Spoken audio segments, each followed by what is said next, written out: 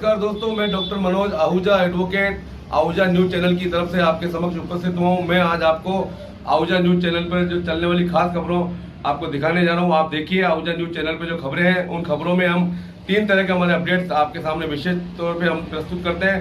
पहले अपडेट हमारे legal updates होते हैं, कानून के संबंध में जानकारियाँ, कानून के संबंध में अपडेट, कोई महत्वपूर्ण निर्णय, जजमेंट सुप्रीम कोर्ट के, हाई कोर्ट के या किसी भी एडवोकेट की तरफ से या किसी भी जुडिशियल ऑफिसर की तरफ से हमारे पास जो उपलब्ध करवाए जाते हैं हम आपको पेश करते हैं। दूसरे अपडेट्स हमारे होते हैं जो मसूदा विधानसभा से संबंधित कोई महत्वपूर्ण खबर है जो आपके लिए महत्वपूर्ण है, जो स्पेशल एक्सक्लूसिव स्टोरी। और तीसरे अपडेट्स हम दिखाते हैं हमारे मित्रों, शुभचिंतकों और जो सब्सक्राइबर्स जो हमसे जुड़े हुए हैं उनके परिवार से संबंधित जो महत्वपूर्ण खबरें हम आपको दिखाते हैं। तो देखिए आज हम आपको क्या क्या दिखाते हैं। केकडी बार के अधिवक्ता पवन सिंह भाटी व उनके परिजनों के साथ 3 पुलिसकर्मियों द्वारा कथित मारपीट के बाद केकडी न्यायालय परिसर में बनी अधिवक्ता बनाम पुलिस की जंग में आखिरकार अधिवक्ताओं ने शानदार जीत करते हुए थानाधिकारी सहित 3 दोषी पुलिसकर्मियों को लाइन हाजिर करवाने में सफलता हासिल कर ही ली।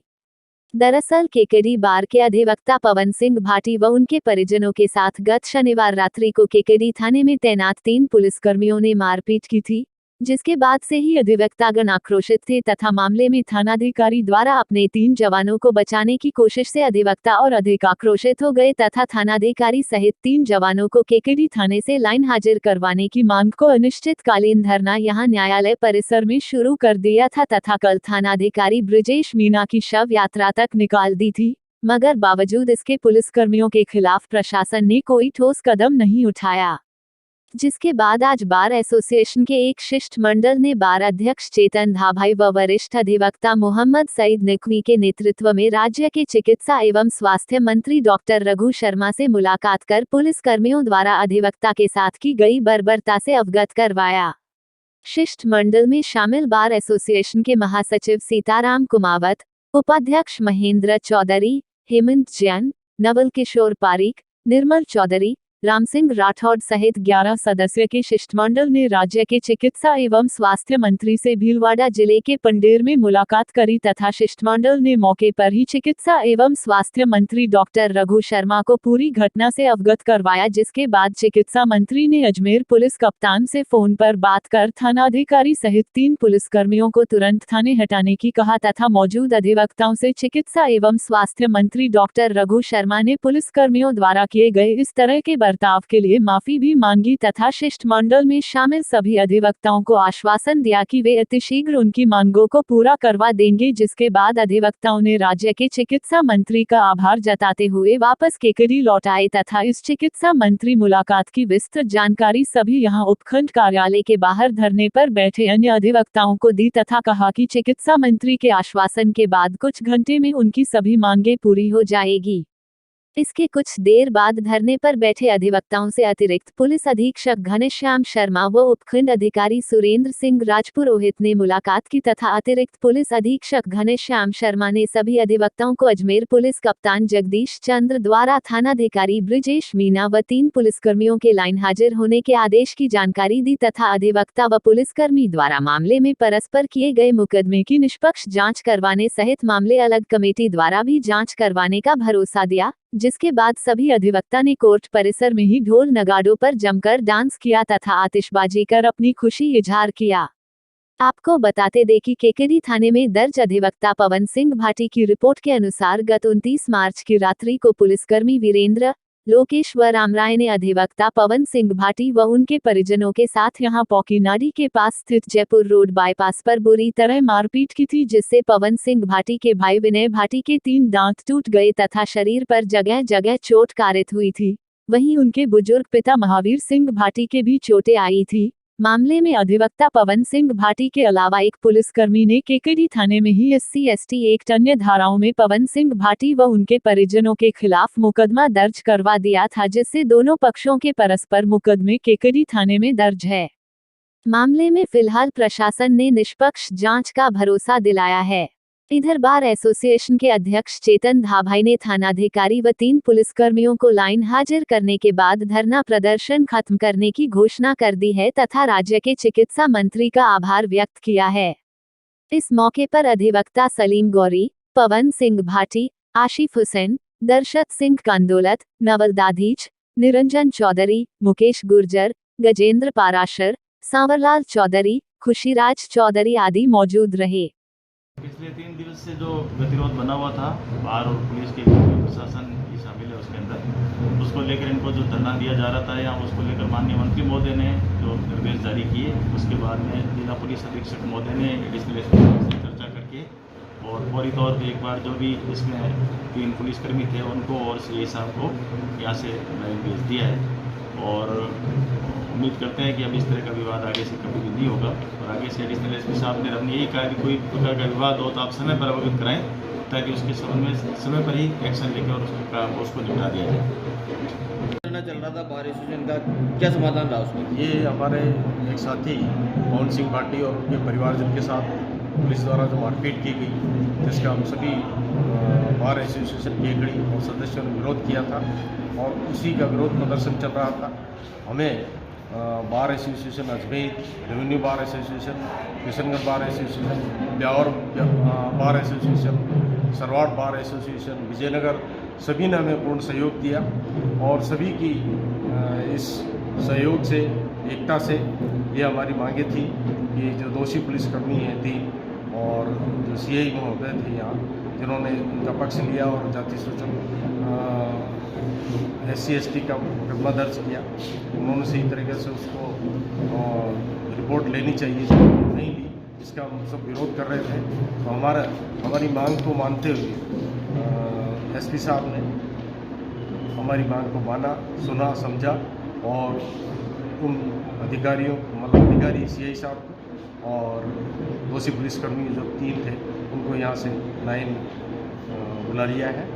और हम शुक्रगुजार हैं हमारे लोकप्रिय विधायक और मंत्री हमारे भाई साहब श्री रघु जी शर्मा, उनसे भी हमने गुजारिश की और उन्होंने हमारी मांग को जायज़ मानते हुए तुरंत प्रभाव से कार्रवाई करवाई। इसके लिए हम सभी उनके आभारी रहेंगे और उम्मीद करते हैं कि इस प्रकार की घटनाएं पुनरावृत्ति नहीं हो। पुलिस प्रशासन भी जनता की दुख में भागीदार बने, सेवा करे, जो कि उनका मुख्य उद्देश्य है कि कानून व्यवस्था बनाए रखें। हम लोग भी कानून व्यवस्था, कानून के विद्यार्थी हैं, कानून का पालन करते हैं और हमारी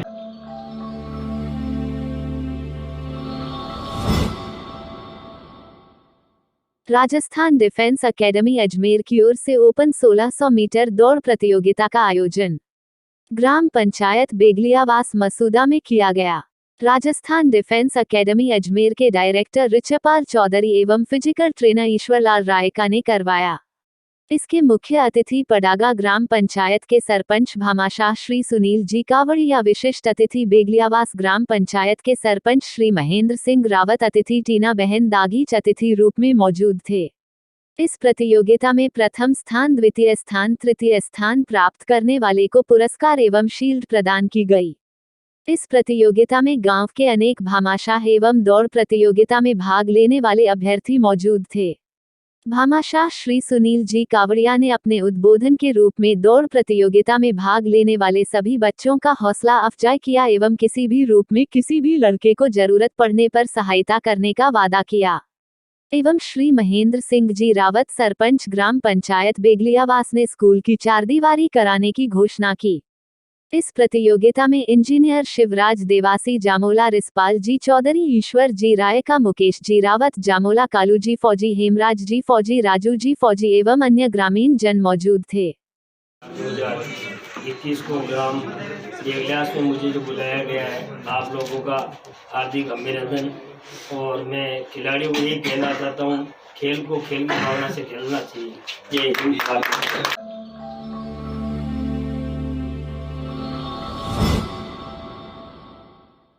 अधिकारों की जानकारी के अभाव से बच्चों को परेशानी। बाल अधिकार संरक्षण आयोग अध्यक्षा संगीता ने किया दौरा। शहर की बेटी को बैठाया पलक पालनों पर। राजस्थान राज्य बाल अधिकार संरक्षण आयोग की अध्यक्ष संगीता बेनीवाल ने अपने गृह निवास स्थान नसीराबाद में स्कूलों और चिकित्सालय का सघन अवलोकन करके आत्मीय खुशी का इजहार किया। संगीता के नसीराबाद आगमन पर शहर की इस बेटी का गर्मजोशी से स्वागत करते हुए पलक पालनों पर बैठाया गया। प्राप्त जानकारी के अनुसार राजस्थान बाल अधिकार संरक्षण आयोग की अध्यक्षा श्रीमती संगीता बेनीवाल ने कहा कि बच्चों को उनके अधिकारों के प्रति सजग किया जाना बहुत जरूरी है। यौन हिंसा, यौन दुर्व्यवहार एवं अन्य अपराधों से बच्चों को सुरक्षित रखना समाज के लिए आवश्यक है। बाल अधिकार संरक्षण आयोग ने पूरे राजस्थान में स्कूलों एवं अन्य स्थानों पर सघन जागरूकता अभियान चला रखा है। इसी के चलते उन्होंने अजमेर जिले के गृह निवास नसीराबाद क्षेत्र में सघन दौरा किया। स्कूलों में बच्चों को संबोधित करते हुए कहा कि उन्हें सही और गलत के प्रति चेतना जागृत करना अत्यंत आवश्यक है। उन्हें यह पता होना चाहिए कि कोई व्यक्ति उन्हें गलत या सही किस सोच के साथ स्पर्श कर रहा है। बच्चों की सुरक्षा के प्रति बाल आयोग पूरी तरह सजग है। पढ़ाई में मेधावी होना ही आवश्यक नहीं है, बल्कि अपने लक्ष्य की पूर्ति के लिए जज्बा होना जरूरी है। वरिष्ठ विद्यार्थियों को अपने कनिष्ठ विद्यार्थियों के साथ अनुभव साझा करने चाहिए।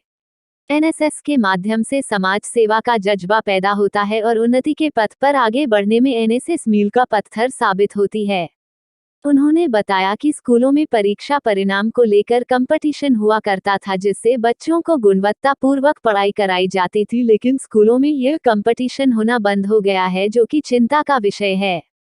शिक्षकों का दायित्व है कि विद्यार्थियों की रुचि और हुनर पर विशेष गौर किया जाए और जिस क्षेत्र में उसकी रुचि है उसे प्रोत्साहित किया जाए। बाल श्रम, भिक्षा प्रताड़ना, बाल विवाह, छेड़छाड़ आदि की 1098 पर इतला देकर विपदा में सहायता प्राप्त की जा सकती है।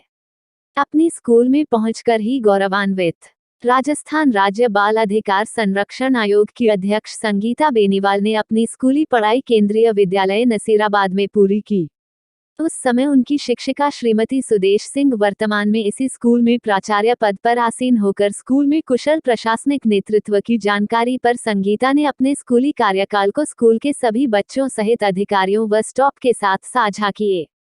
इस मौके पर संगीता बेनीवाल के पिता डॉक्टर शंकर लाल चौधरी भी साथ रहे और इस स्कूल की पूर्व छात्रा अब आयोग की अध्यक्ष बनकर इसी स्कूल में पहुंची। अध्यक्ष संगीता बेनीवाल एवं उनके पिता शंकरलाल चौधरी ऐतिहासिक स्वागत देखकर भाव विभोर हो गए। उन्होंने बच्चों के साथ अपने स्कूली कार्यकाल, विभिन्न गतिविधियों, कक्ष, खेल मैदान, लाइब्रेरी आदि की यादें भी ताज़ा की। इसके बाद संगीता बेनीवाल राजकीय बालिका उच्च माध्यमिक विद्यालय पहुंची और अवलोकन करके वहां भी कुशल नेतृत्व की सराहना की। सरकारी अस्पताल की व्यवस्थाओं पर जताई खुशी।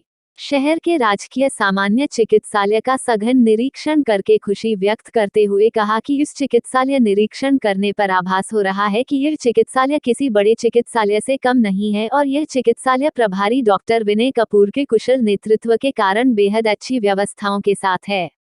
संगीता के साथ उनके पिता डॉक्टर शंकरलाल चौधरी व अन्य अधिकारियों ने भी इस चिकित्सालय का सघन अवलोकन करके चिकित्सालय प्रभारी डॉक्टर विनय कपूर के कुशल प्रशासनिक नेतृत्व की सराहना की। यह थे विशेष रूप से मौजूद राजस्थान राज्य बाल अधिकार संरक्षण आयोग की अध्यक्षा संगीता बेनीवाल के नसीराबाद दौरे के वक्त उनके पिता डॉक्टर शंकरलाल चौधरी, उपखंड अधिकारी राकेश कुमार गुप्ता, तहसीलदार हरेंद्र मूड, थानाधिकारी भंवर सिंह, डॉक्टर शैलेंद्र पांडेय, डॉक्टर विजेंद्र सिंह, प्रहलाद सहाय, शिव भगवान नागा, श्रीमती नुसरत नकवी, श्रीमती वंदना व्यास सहित कई अधिकारी मौजूद थे। नसीराबाद आगमन के मौके पर डाक बंगले में पूर्व विधायक रामनारायण गुर्जर, भोलाशंकर गर्ग के नेतृत्व में गर्मजोशी से अतिथियों का अभिनंदन किया गया। केंद्रीय विद्यालय में प्राचार्य श्रीमती सुदेश सिंह, राजकीय बालिका उच्च माध्यमिक विद्यालय में प्रधानाचार्य श्रीमती सुनीता यादव एवं राजकीय सामान्य चिकित्सालय में चिकित्सालय प्रभारी डॉक्टर विनय कपूर ने निरीक्षण कराया।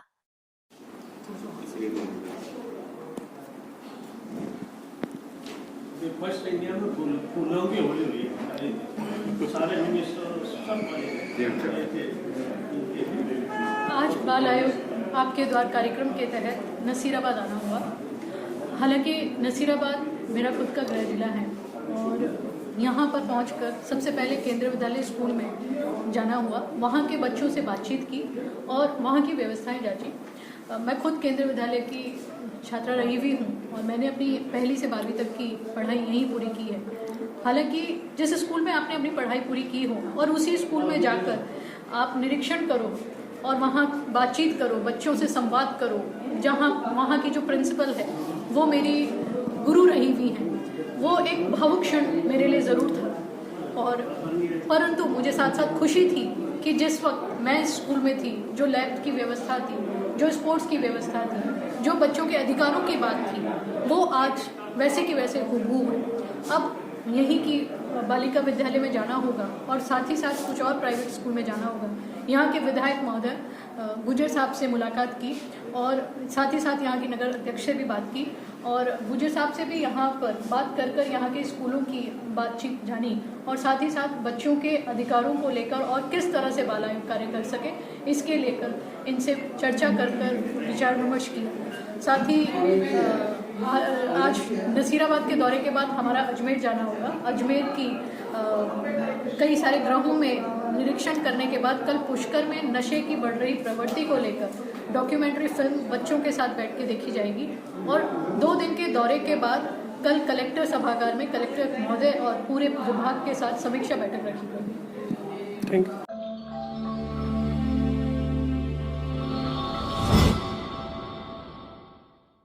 ग्राम पंचायत पडांगा में चल रहे विकास कार्य में एक और सुशोभित काम करने की घोषणा हुई है। पडांगा अर्जुनपुरा सवाईपुरा तीनों गांव जहां से जाते हैं उस चौराहे पर एक कृष्ण सकिल बनाया जाएगा। यह सकिल कमल के फूल में शेषनाग पर कृष्ण भगवान नृत्य करते हुए सकिल होगा। इस सकिल में कई तरह के कलर फवारे चलाए जाएंगे। ऐसा कई बड़े शहरों में भी देखने को नहीं मिलता है जैसा ग्राम पंचायत पडांगा में देखने को मिल रहा है। इसकी कुल लागत 7 से 8 लाख रुपए आएगी। यह फव्वारा भी जो बंगाली कारीगर पिछले 1.5 साल से पडांगा में लगातार काम किए करे जा रहे हैं उन्हीं के द्वारा बनाया जाएगा। यह कार्य 9 अप्रैल 2021 को चालू कर दिया जाएगा। वही जो बंगाली कारीगर यह कार्य कर रहे हैं उनका कहना भी यही है कि उन्होंने कभी आज तक कितने लंबे समय तक लगातार पंचायत तो दूर किसी महानगरों में भी काम नहीं किया है। इसी को देखते उन्होंने भी भामाशाह व कावड़िया जी का बहुत बहुत आभार व्यक्त किया। वे उन्होंने यह भी बताया कि जो हमारे रहने ठहरने की व्यवस्था सरपंच साहब कावड़िया जी ने कर रखी है ऐसा हमें किसी और पंचायत में नहीं देखने को मिला। जय भारत माता की, वंदे मातरम, जय हिंद।